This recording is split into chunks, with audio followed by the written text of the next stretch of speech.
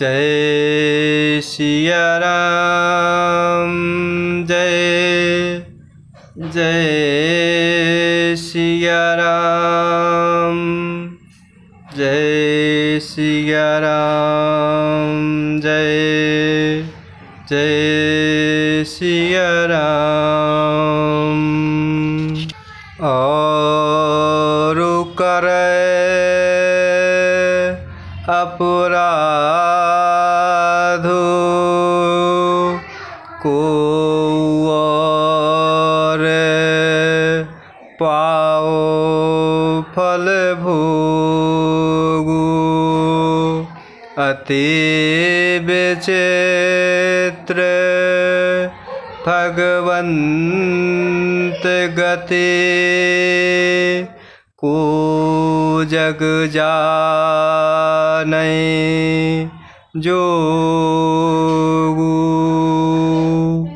राय राम लाखन हित लागे बहुत उपाय किए छलु त्यागी। लखी राम रुख रहत न जाने धर्म धुरंधर धीर सयाने। राय राम लाखन हित लागे बहुत उपाय किए छलु त्यागी। लखी राम रुख रहत न जाने धर्म धुरंधर धीर सयाने। और इस प्रकार अवधपुरी में राजा दशरथ जी पुत्र प्रभु श्री रामचंद्र जी से कह रहे हैं कि किंतु इस अवसर पर तो इसके विपरीत हो रहा है। अपराध तो कोई और ही करे और उसके फल का भोग कोई और ही पावे। भगवान की लीला बड़ी ही विचित्र है, उसे जानने योग्य संसार में कौन है। इस प्रकार राजा दशरथ जी श्री रामचंद्र को रखने के लिए छल छोड़कर बहुत से उपाय कर रहे हैं, पर जब उन्होंने धर्म धुरंधर धीर और बुद्धिमान श्री राम जी का रुख देख लिया और वे रहते हुए न जान पड़े। तब नपसी लाए और लीन्ही अति हित बहुत भांति सिख दीन्ही।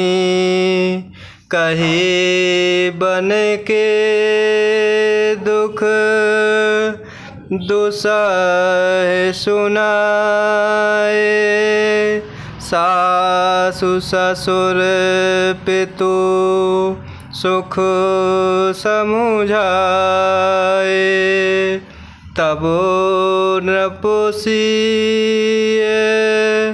लाए और लीन्ही अति हित बहुत भांति सिख दीन्ही।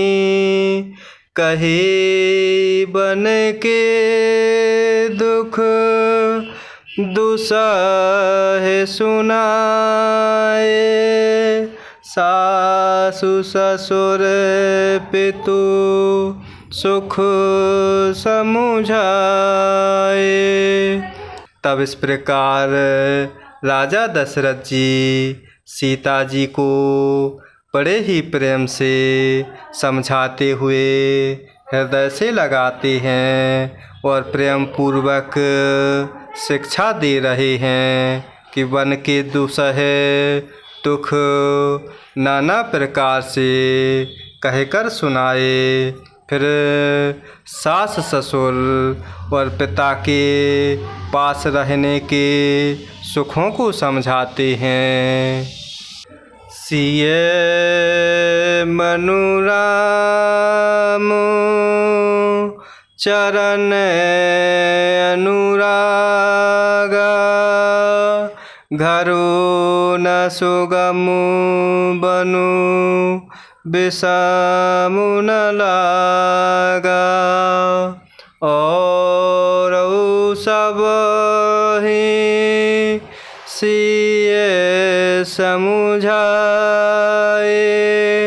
कहे कहे विपिन विपत्ति अधिकाए। सिए मनुराम चरण अनुरागा, घरो न सुगम बनु विषम न लागा।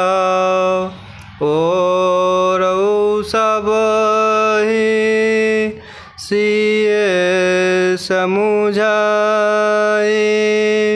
कहे कहे विपिन विपत्ति अधिकाए।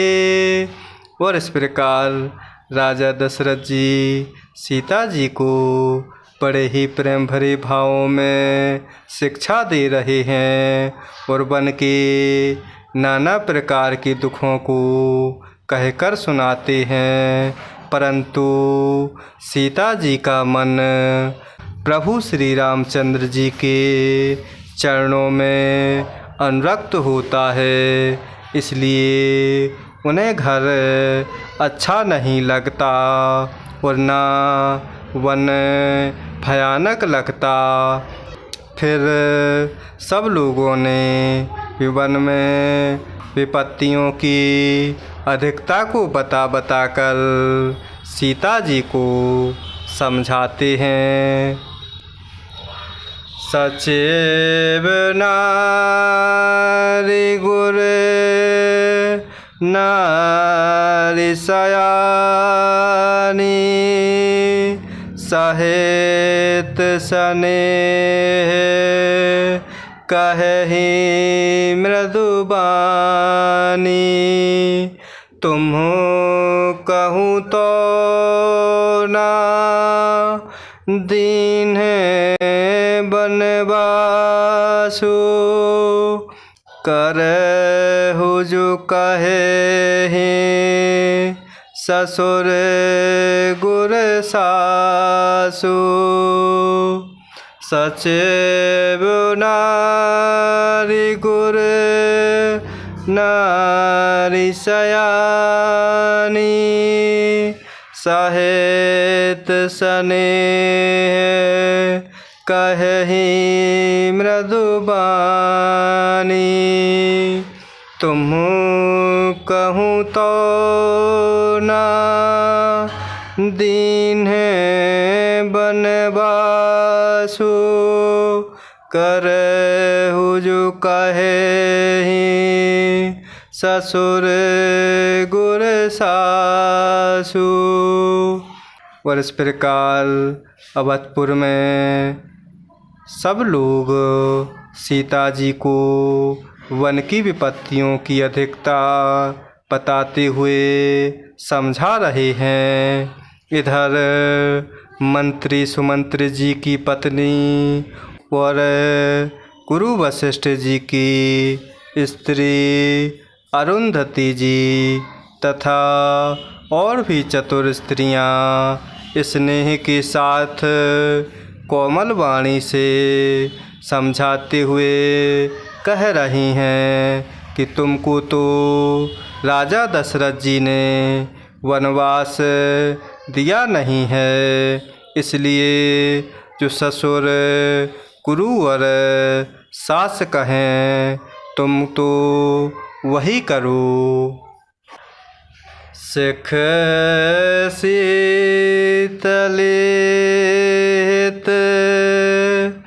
मधुर मृदु सुनी सीतहि ना सुहानी। शरद चंद चंदनी लगत जनु चकई अकुलानी। सिख शीतलित मधुर मृदु सुने सीतहि ना सुहानी।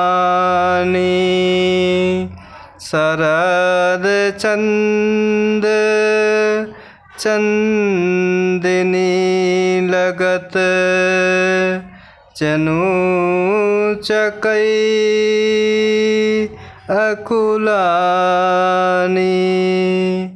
और इस प्रकार नगर की स्त्रियां सीता जी को नाना प्रकार से समझाते हुए कह रही हैं कि राजा ने तुमको तो वनवास नहीं दिया, जो सास ससुर और गुरु कहें वही तुम करो।